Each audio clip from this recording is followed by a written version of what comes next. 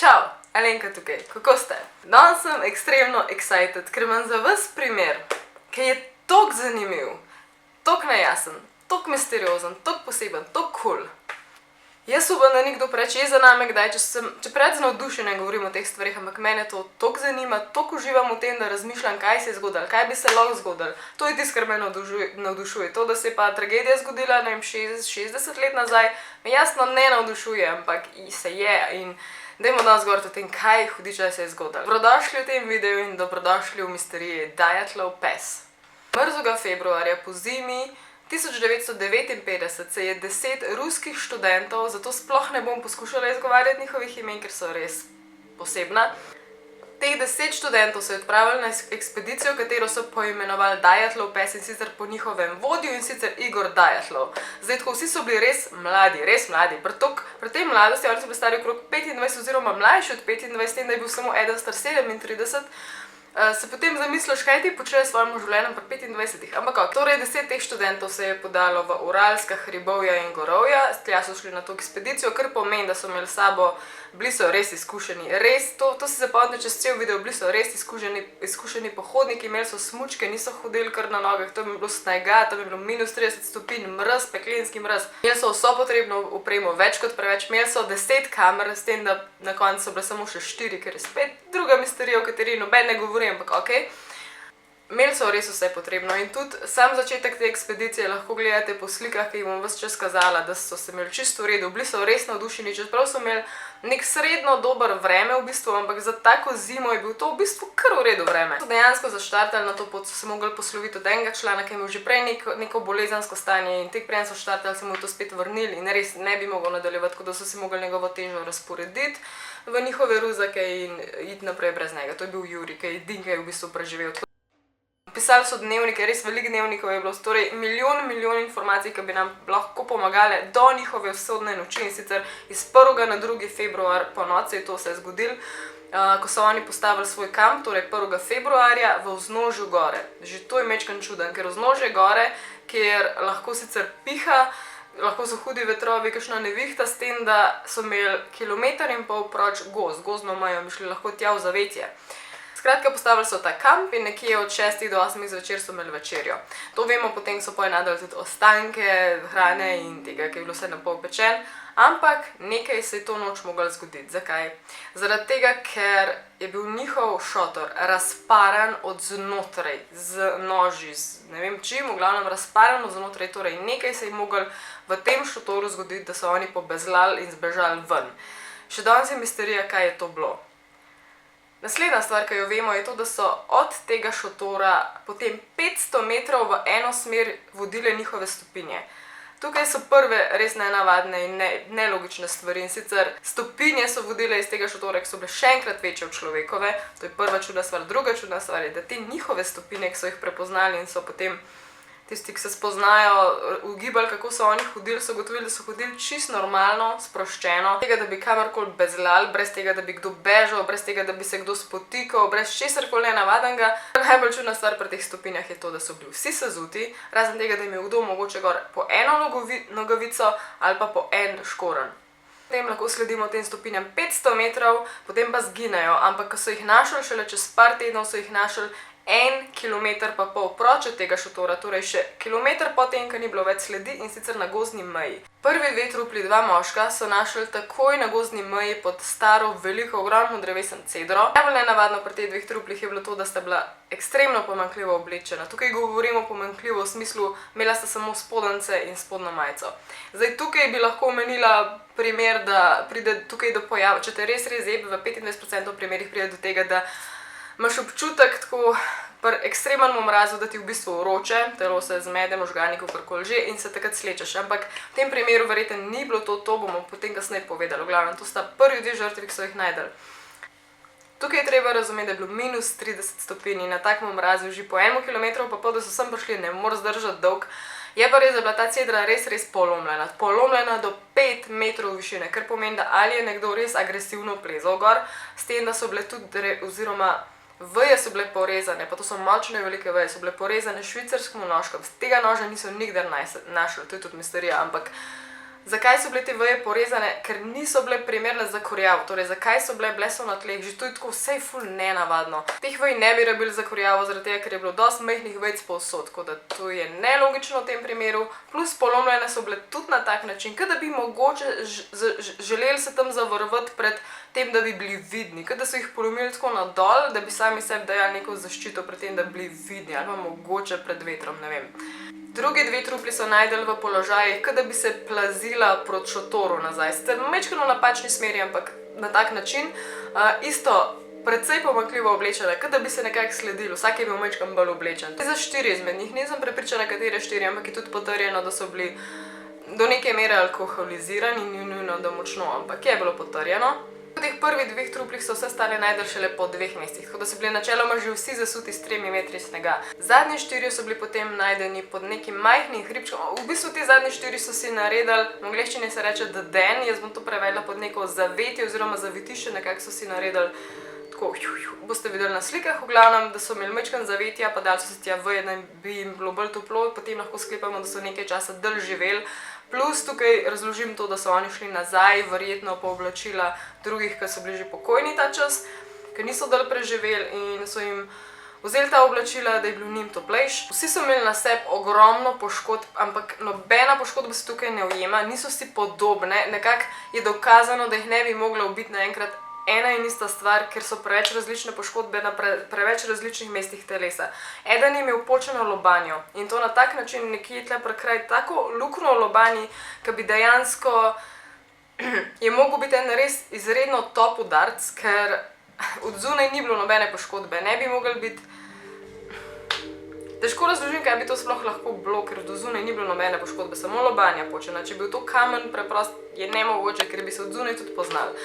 Še dva, torej še en moški in ženska Ljudmila, sta imela toliko počenih reber, ona je imela 10 počenih reber. Morate vedeti, da za tak pritisk, za toliko počenih reber, mora biti ena res močna sila. En zdravnik je to primerjal s silo v hudi prometni nesreči. Oziroma nekje sem prebrala, da bi bilo to lahko ekvivalentno z eksplozijo bombe, da si res blizu in da te odnese in da je možnost, da bi ti toliko reber polomili. Tako da ne more biti to manjši plaz, težko bi to tudi večji plaz naredil, da ti toliko reber polom na obeh straneh. Ta drugi moški je imel še notranje krvavitve, ona pa pri Ljudmili pa tukaj že res nenavadno, ker ni imela ne očesnih zrkel in ne jezika in ne dela ust. Torej, zdaj, zrkla lahko razložiš, ker so manjkala njej in še enemu moškemu lahko razložiš kot del tega, ker telo že razpada, ker potem so jih najdeli, je voda že vse skupaj načela in zrkli lahko na ta način nekako se zgubijo. Jezik se pa ne da razložiti na ta način. Torej, kaj hudiča se je njim zgodilo? Radno, vse, kar zvemo o teh smrti, je to, da nič ni natančno razloženo, ni nobenih razlag, ki bi jih mi želeli, piše samo, da jih je ubila neka močna zunanja, naravna, neidentificirana sila.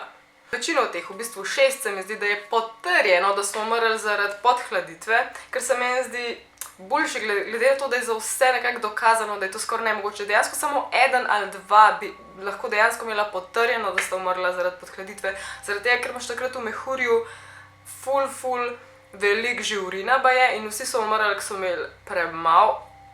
Torej, omenila sem, da so pisali dnevnike. V enem izmed dnevnikov je na primer stavek Now we know that the snowman exists. Torej, zdaj vemo, zdaj verjamemo, da sneženi mož obstaja. Sneženemu možu so takrat drugače rekli tudi za Yetija, Bigfoota, kakorkoli že, pripada ta slika zraven. Zdaj, lahko bi to bil Yeti, lahko bi to bil neki, ne vem, neki, jaz osebno ne verjamem niti približen, lahko bi bil domorodec, lahko bi bil ne vem kaj. Zdaj, še ena stvar, ki je klasična za smrt, oziroma sploh v teh zmrznjenih stanjih, je, da kri oziroma tekočina v telesu steče na tisti del telesa, ki je v bistvu v stiku z zemljo, torej gravitacija naredi svoje, steče dol in ko telo neha poganjati kri po telesu, se to tako ustavi, takrat, ko umreš, ko se ustavi, ampak ta trupla so bila večinoma premaknjena, torej po smrti je nekdo premikal. To se zdaj da razložiti s tem, da so šli nazaj in jih vzeli njihova oblačila in jih dali v neke lepše položaje, ker so bili spoštovani in ljubezen do njih. Tudi ta oseba, ki je plezala na drevo, je toliko intenzivno plezala na drevo, da je dejansko bila koža od te osebe gor na drevesu, so jo potem še kasneje najdeli in on je bil čisto razcefrane roke imel. Ta drug si pa členk odgriznil, samo zato, da bi verjetno ostal buden ali pa da bi spravil kakšen jok od sebe, karkoli znake življenja, da ne bi zmrznil hiter. Jurij, ki je šel nazaj, je ves čas opominjal, mi smo imeli s sabo veliko več kot 4 kamere, ni vedel točno na 10 ali manj, ampak veliko več kot 4. Mi imamo filme samo iz 4 kamer. Druga stvar je, da je bila tam še ena dodatna sekira, ki njim naj ne bi pripadala, bilo je več ali manj smuči, v glavnem nekaj se ni poklapalo. Res čudna stvar je to, da so imeli 3 kosi oblačil pri njih visoko radioaktivnost, torej why? Ok, če se zdaj gremo direkt zdaj na teorije, kaj bi se lahko zgodili, pa so te vi sami odločali in dol mi komentirajte, kaj vi mislite, da se je zgodilo. Najprej bom povedala 2 ali 3, ki se meni zdijo butaste, to, da se jih znebim. Teorije zarote v vesoljcih. To bom na hitro povedala, ker meni osebno ni všeč. Torej, že takrat več je bilo pohodnikov, niso bili edini in so prijavljali takrat in so imeli razne fotografije, raznih svetlobnih stvari na nebu in tudi vmes je kakšna taka fotografija, imate tukaj za pogledati.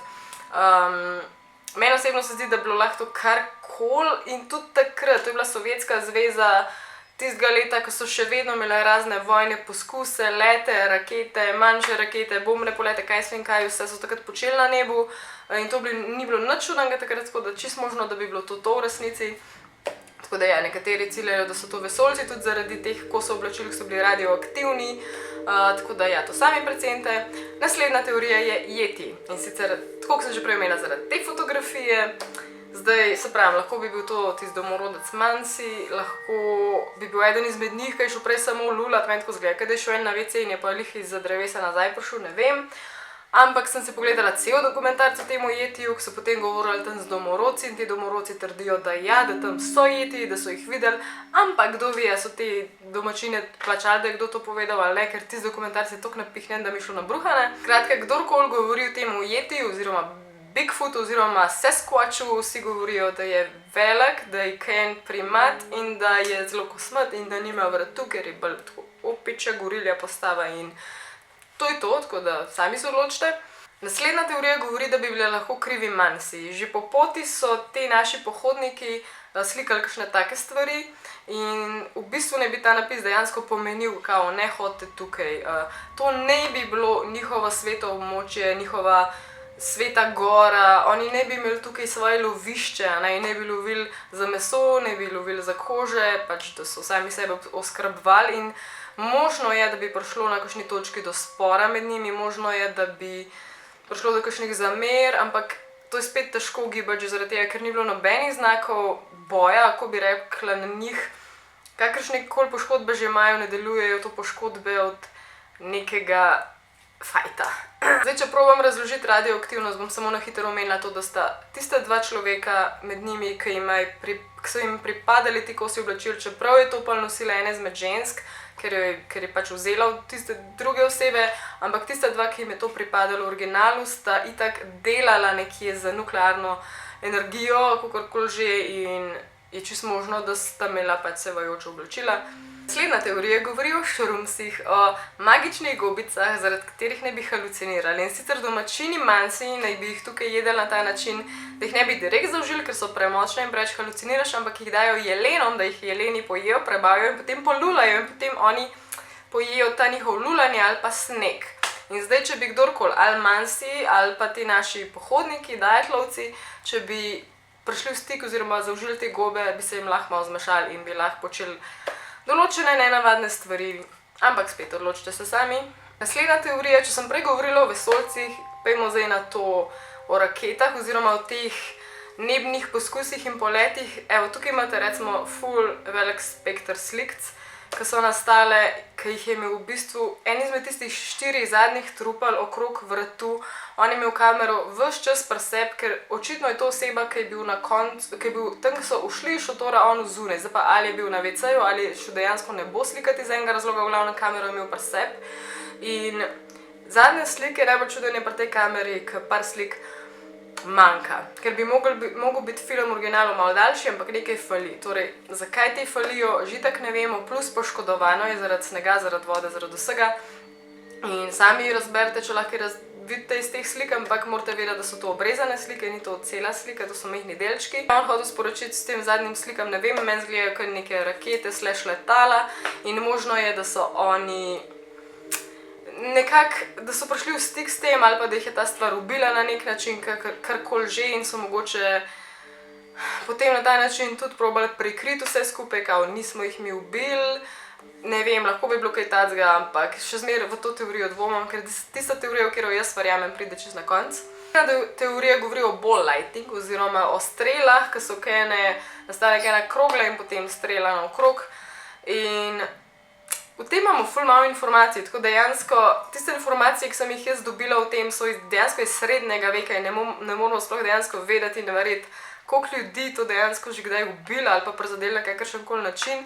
In zdaj, da bi rekli, da se to njim zgodilo, bilo bi logično iz razloga, ker imajo toliko nenavadne smrti, saj ti zadnji 4 in njih najdemo vse izven tega njihovega zavetišča. Torej, možno bi bilo, da je ta stvar noter udarila in je vse odbila proti, zato pač edina razlaga, zakaj ne bi bili oni noter tam, če so imeli zavetje. Ok, končno še D razlaga, tista razlaga, ki jaz verjamem, ampak sem že mislila, da verjamem, pa sem pa prišla do ene luknje, ene velike luknje. Pri tej teoriji pa začnemo na samem začetku in vse je ful lepo logično.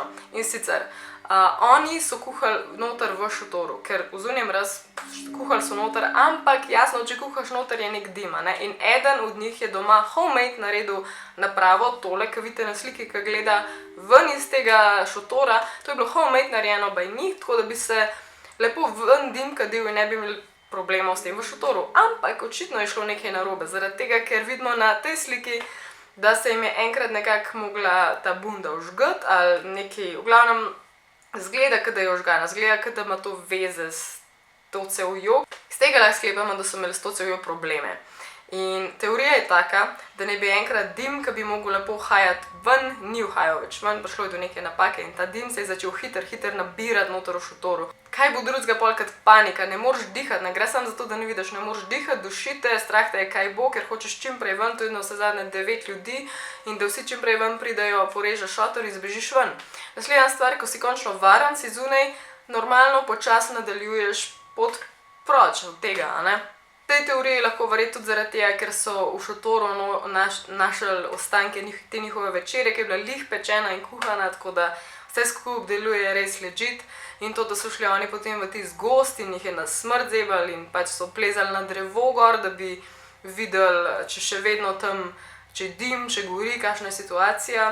Tudi razložili, zakaj sta bili tisti 2 trupli tako pečeni, to je ena stvar. Jaz sem tudi razmišljala, da je možno, da če te na smrt zebe in si brez nogavic in brez čevljev, da si pač toliko v kritični situaciji, da boš dal tudi noge direkt nad ogenj in se poskušal ogreti in se mogoče malo zažgal zraven. Skratka, čeprav rečem, da je to D razlaga in D teorija in meni še vedno tle nekaj fali. Jaz sem pa razmišljala, zakaj, ko prideš ven iz šotora na minus 30 stopinj, praktično nag, definitivno premalo oblečen, zakaj počas nadaljuješ hojo 1,5 kilometra po nenormalnih mrzlih temperaturah proti gozdu in potem plezaš na drevo in nekaj. Meni se to zdi tukaj velika luknja, velika napaka, velik problem. Ne zdi se mi, ni logično, zakaj bi tukaj izkušeni planinci v zimi šli toliko daleč od šotora, kjer so imeli vsa oblačila, vse druge stvari, vse, kar bi jih lahko dejansko jim pomagali, da bi preživeli.